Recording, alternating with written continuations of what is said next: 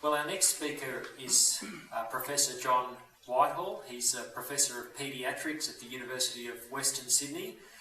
I first met John briefly at an ACL dinner in Sydney last year, and then read an article that he wrote for Quadrant magazine, I think around about November or December, which very powerfully exposed the nonsense behind gender reassignment surgery and the harms of it. And as you heard from Elizabeth's presentation, this sort of thing is openly encouraged through the Safe Schools program. John has been very, very courageous. He's spoken out in the media many times since that Quadrant article. I can only imagine the sort of professional pressure that might come his way. When we contacted him about doing this tour, going on the road with this information, he said he didn't care, he just wanted to make sure the information got out, and I think that takes great courage. We're very privileged to have John Whitehall here tonight and his wife Elsie, who had the privilege of meeting earlier. Welcome. They've driven up from Melbourne today after speaking last night, and we're very thankful for them being here tonight in Canberra. Would you please welcome Professor...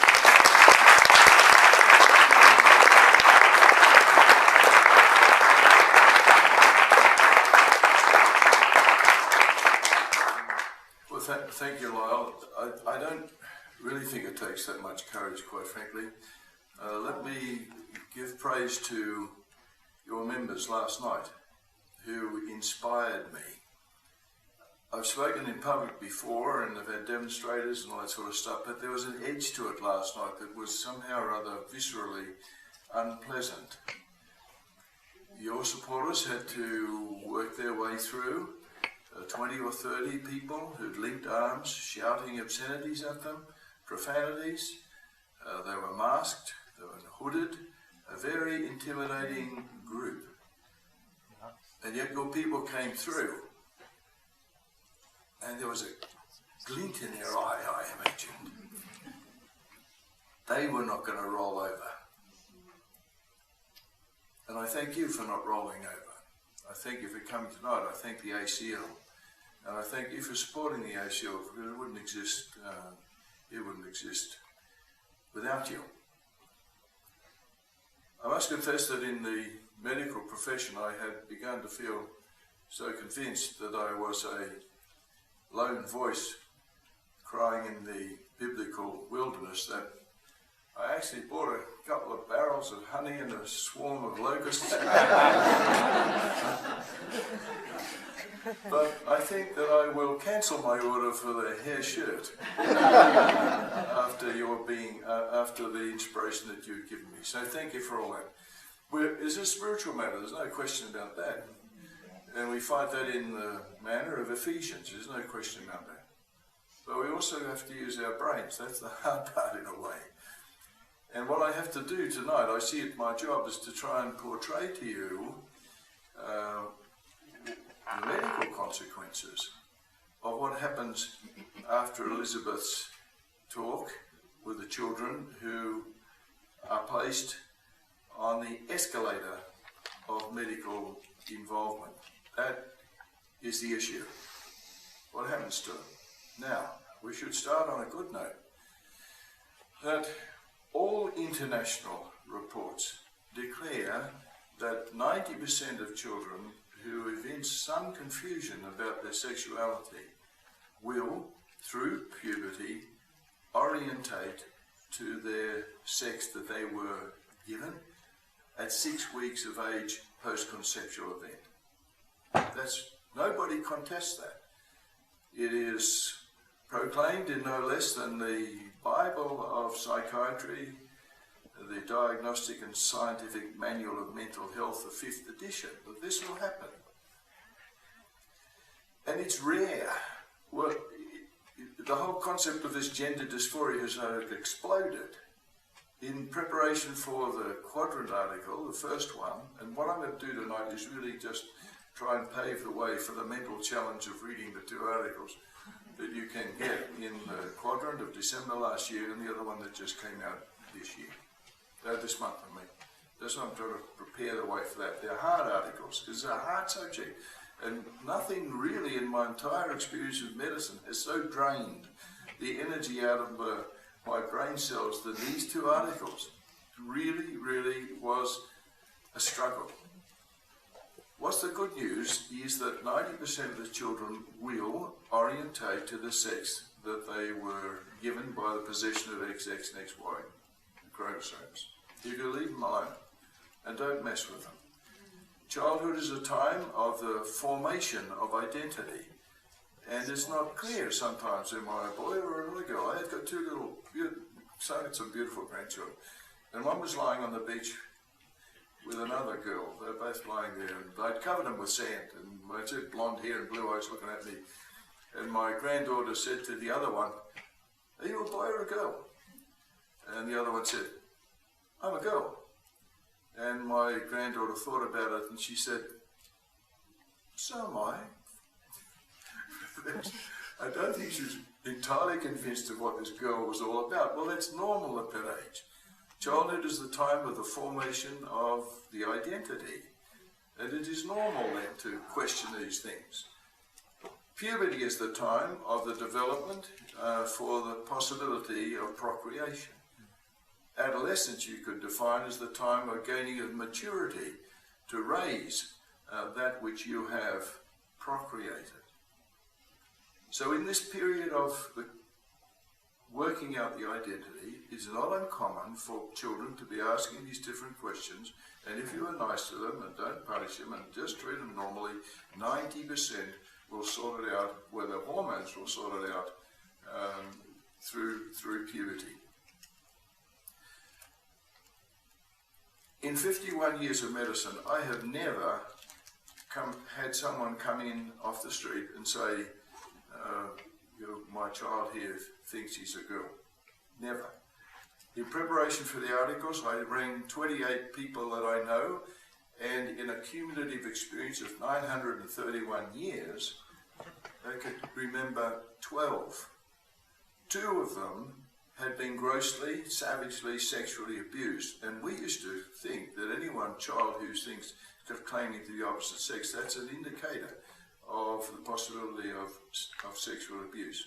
The other 10 suffered from very serious comorbidities, mental comorbidities. Autism were entirely, depression, oppositional defiant, the whole mental issue. This is what was part of it. And autism is inordinately represented in the number of kids that present. There's a fixing of the thinking and a strangeness of the identity and an inflexibility about it, so that many autistic kids go on this pathway. And what I understand, well, a friend of mine, Pat Byrne from the NCC, was telling me that this mob out there have actually put a book together as part of the Safe Schools business for children who are disabled, to lead them into this escalation of medical treatment. Before we get into that, we have to paint a picture of endocrinology. This is not hard. And when we painted the picture of the endocrine changes, we will look at the 3 stages of treatment. And then we will look at some of the legal issues, and by then you'll have had enough. So the first issue is you have to understand a little bit about the physiology of puberty. Why? Because everyone's talking about puberty blockers, and everyone's talking about cross-sex hormones. And the big question is, what effect do they have on the developing brain? Puberty being a time of peculiar development. It's not the only time of particular development. That occurs from the 6th week post-conception on. But puberty is a particular time of growth. And we're giving very savage medicines. The question is, do they affect the children's brains? Now, if you go to the court cases, as I have, you will see repeated almost like a mantra, the blockers are safe and entirely reversible. Safe and entirely reversible. Safe, and just 15 times that statement is repeated out of the 56 cases that I've so far had a look at. And then what about the cross-sex hormones? I'll explain a bit more in a minute. I'm just introducing it. What about the cross-sex hormones? You're going to change this boy into a girl. You're going to give him blockers to block the male hormones, and you're going to load him, you're going to marinate his brain with estrogens. Does that affect the structure of this developing brain? That's the issue That's the issue which, like the blockers, is not addressed in the courts. In not one of those records of the courts is structural effects of the cross-sex hormones mentioned. Sure, there's a list of other things that predisposes to hypertension, diabetes, clots, other various things. Nowhere is the effect on the brain mentioned. Okay, so having warned you, here you've got to think now. A hormone is a protein which is produced by a gland and it travels to bring an effect somewhere else, usually on a gland. Sometimes it travels just a little way in your head. Sometimes it travels all the way around in the blood to the developing gonads and says to them, hey, listen, it's time of puberty. It's time that you started to produce your estrogen or your testosterone. Okay, that's time. Okay, don't pressure me. I'm going to do it. So the testosterone and the estrogen is then produced, and then that causes the secondary sex characteristics. Very cleverly, the doctors developed a drug which was similar to the first, well, what we used to think was the first hormone in a cascade. The hormone that induced the anterior pituitary gland to secrete the hormones that went all around in the bloodstream to the gonads to produce testosterone and estrogen. Though very cleverly, it's 10 peptide units. It's fairly simple. So they were able to substitute one of the peptides, and they found that this, when you gave it by intramuscular injection to last longer and get more effectivity, would actually sit on the receptor in the anterior pituitary, and sure, it released all the hormones it was going to, but then it didn't let go.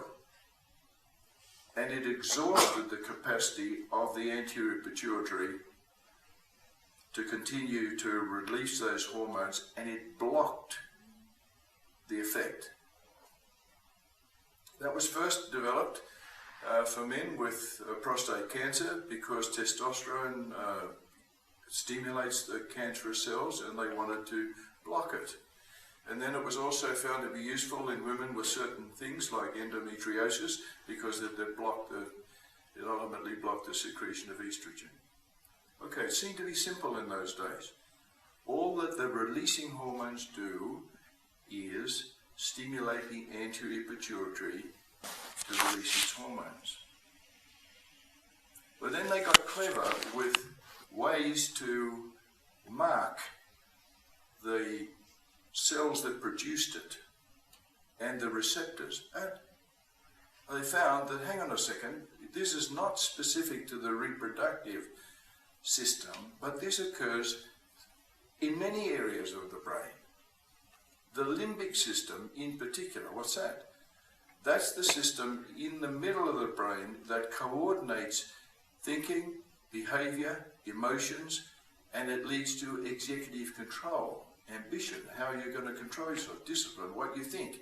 It's a kind of it's a integrating center. And this hormone is there. Well, what's it do? So, well, not surprisingly, they looked at men who had been having the prostate cancer, and they found, not surprisingly, that the executive function was reduced in these men. But it was a bit hard to be sure because they're older, their brains are devolving, I know all about that. And they were worried about the cancer, they had cancerous drugs, and everything was a bit hard to dissect it. So you needed to have laboratory work done. I looked for a long time to try and find this, and then so someone put me on the right track, and bang, there it was. In veterinary literature, in Glasgow and in Norway, they've been doing this stuff for 20 years. Catching a sheep, do you volunteer to be experiment? Oh yes, I'll sign here, fine. And then they give the sheep blockers. And then they ask, well, do you mind if we have a closer look at your brain? No, fine, way you go. And they get the brain. So they're actually measuring the size of the limbic system. It is increased. Is the function altered? Yes. By putting special markers on, they found that many of the genes were upregulated and many of the more genes were downregulated. The limbic system was not working properly. Don't have to be a rocket scientist to ask what they did next. Well, they persuaded the sheep. Here's the maze. There's your mates out there. We're going to put you here, and you can work your way around there. And they found that the sheep were much more nervous, frightened, and didn't think as well. Should this surprise anybody? So that is the issue with the blockers. They're not safe and entirely reversible. The medical literature declares that they have a profound and lasting effect. How long does it take to get the effect? 6 months in an adult. How long are the children on blockers? Years. Have to be faster. What about the cross-sex hormones? There's abundant literature. If you give a male transvestite, he wants to become a woman, evoke all the secondary characteristics, marinate his brain with the estrogen, what happens to his brain? The grey matter shrinks at a rate 10 times faster than normal aging. This is my work, this is not my work. It's all out there to be read. Why don't we read this in the court case? Why isn't the medical profession informing the court on these things? I don't know an answer to that. But that indeed is what is happening. So let's get to the stages. What happens? The little child. Now look, this has gone mad. I know the whole thing has gone mad. In the courts, there was one woman who attested she knew her child was transgender because at the age of 9 months, it preferred the company of the opposite sex. 9 months. I'm not all that experienced with children. I'm only a paediatrician. We've raised 6 of our own. We've got 18 grandchildren. But my concept of a 9-month-old kid, he's sitting there in nappies as far as I can see with curled hair like this, and he has the foggiest idea of the sex of the other kid with a nappy. And yet this claim is unquestioned in the court. So what happens? They say, okay, my child has got gender dysphoria. He goes to this and gets on the escalator. That's where it becomes dangerous. Here's that the damage begins. What's going to happen? Oh yeah, he thinks he's a girl. You better raise him as a girl. Okay, we'll give him a new name. We'll dress him in a dress. The whole family will come in. The school will think he's a girl. And what happens when the hormones begin to flow? And then he thinks, well, hang on a second. I'm not a girl after all. What kind of distrust has this child been raised with? What side of confronting, confusing social constructs have been foisted upon him? The first stage is dangerous by itself. What's the second stage? Is effectively the giving of the cross-sex hormone, is the giving of the blockers and then the cross-sex hormones. Now, there are international suggestions that these things should be given at certain ages. The practice is coming lower and lower and lower. It used to be said that the blockers should be given at Tanner stage 2, which is when breasts begin to develop and the testes get a little bit bigger. Okay, fine, you block. What's the whole idea? Is to allow the child, this is what they say, time to think and get a jump and work himself out. All right, but remembering you're already altering his limbic system. So he's thinking about whether he's a boy or a girl, okay, and you've started this at, say, 10. And what happens? What's happened to all his friends? They're getting bigger and bigger and bigger. He's left at a dwarf prepubertal state, and he's getting anxious. So it's logical what you do now. Well, he's going to be a girl. We better start the cross-sex hormones earlier. So the cross-sex hormones then are now being given in some places as early as the normal time of puberty to evoke the changes, with an effect on the brain 10 times the rate of ordinary aging. This is what's happening. So what happens next? Well then, it used to be said that irreversible surgery should not be done under the age of 18. The court cases reveal that 5 girls have had irreversible mastectomies, 15, 16 and 17 years of age. They think this is not serious matter. This is not a real sexual orientation. It's just a couple of mastectomies. It's incredible. Passed by the courts. So when the kid gets to 18 years of age, then can come the sexual reassignment surgery, which, what I said last night, sounds easy. You have no idea what it's about. It's easy, just sexual reassignment surgery. Some kind of go to sleep and you wake up a girl. It's an incredible, intrusive, immense surgical onslaught. It begins with castration. And if you are a male and you want to become a female, it involves the eversion of the scrotum in the attempt to make a vagina, which is not likely to be deep enough for penetrative receptive sex. And therefore the length is augmented by a bit of large bowel. The glands of the penis is reorientated, the urethral output, and is this going to last? Of course it's not. Anytime you do something surgically, it gets fibrous and constricts, breaks down. There's a lifetime commitment to the hormones to keep you in that state and the surgery to maintain it. If you're a girl and you want to become a male, it's even more difficult. How on earth do you construct a penis? Well, take skin grafts from the forearm or from the thigh, construct a cylinder. Then you have to very carefully construct a urethra through the cylinder, which is not easy to do. And then you have to reposition the glands on the end. And then if this person is going to practice penetrative sex, you have to stiffen it. And here's the greatest irony of all, which would be obvious to those who understand the Bible and the origin of the male and the female. You know which bone they often use to create the female is, of course, the rib. That's true.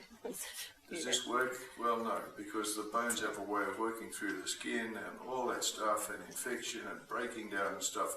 This is a lifelong commitment, and this is the end result of this stuff in the schools. When the child gets onto the process of medicalisation, this is where it doesn't always end up there, but it certainly ends up on the blockers for years. It ends up on the cross-sex hormones for years. For the females, it seems now always to be involved with mastectomies, and many are going for the sex reassignment surgery. Why does this offend me as a paediatrician?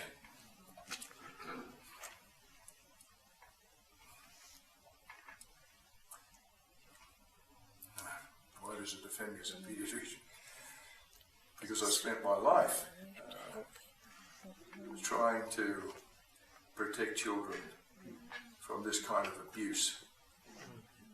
Someone better than me described this as an iniquitous process. And quite frankly, I think it is iniquitous child abuse. Especially because 90% will orientate to their forgiven sex if you leave them alone. What happens to the other 10%? Well, according to the Canadian sources, they become homosexuals. And the guy over there, Kenneth Stucker, who my wife and I interviewed, was sacked by the new laws in Ottawa and by the force of the transgender movement because he dared to say that surely life as a homosexual is less complicated than a life on medical care and attempts to sexual reconstruction. That's all he said. He was not anti-gay, nor was he anti-transgender. He merely said that, and now he's been sacked. What does the law say? He fell foul of the law in Ontario because a new law, promulgated incidentally by a United Church minister who'd studied theology, a master of theology and all that sort of stuff, she was the one responsible for the law in Ontario which declared that medical practitioners are forbidden from practicing conversion therapy. You have to be careful. What does that mean? that means doing anything which would attempt to convert the child back to the sex that he got at 6 weeks post-conception. That's the tricky word. 6 states in the United States have similar laws. 12 states, the bills are filed to make this an illegal thing. Can't happen in Australia, surely. Then I stumbled upon the Victorian Health Complaints Bill, which became viable in February this year. And I read the comments by Hennessy, the Minister for Health down there, discussing the bill, praising the bill. What's the point of the bill? The bill will be a wonderful thing because it will surely prevent the inhumane practice of conversion therapy.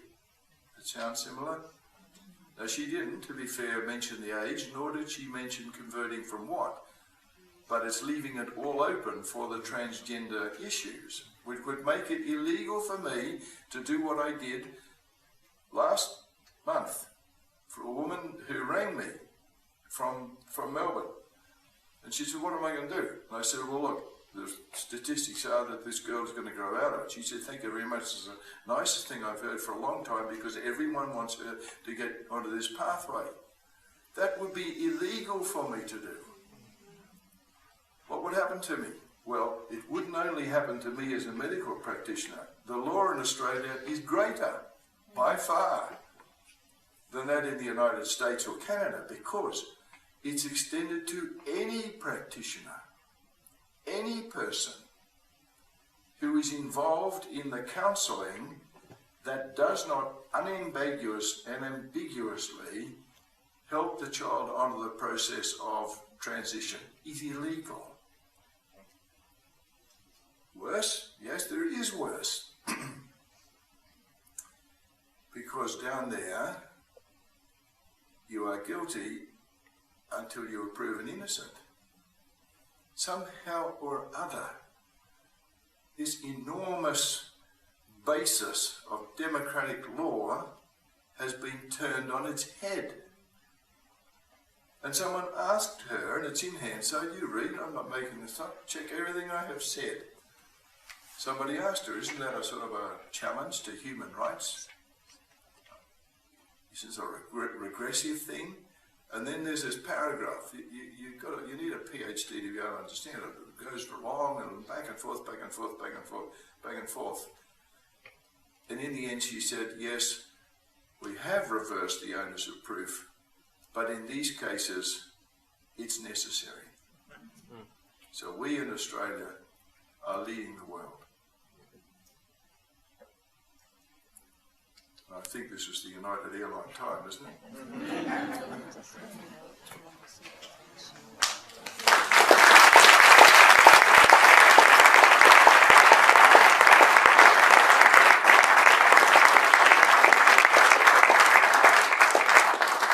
Someone just vacated a seat.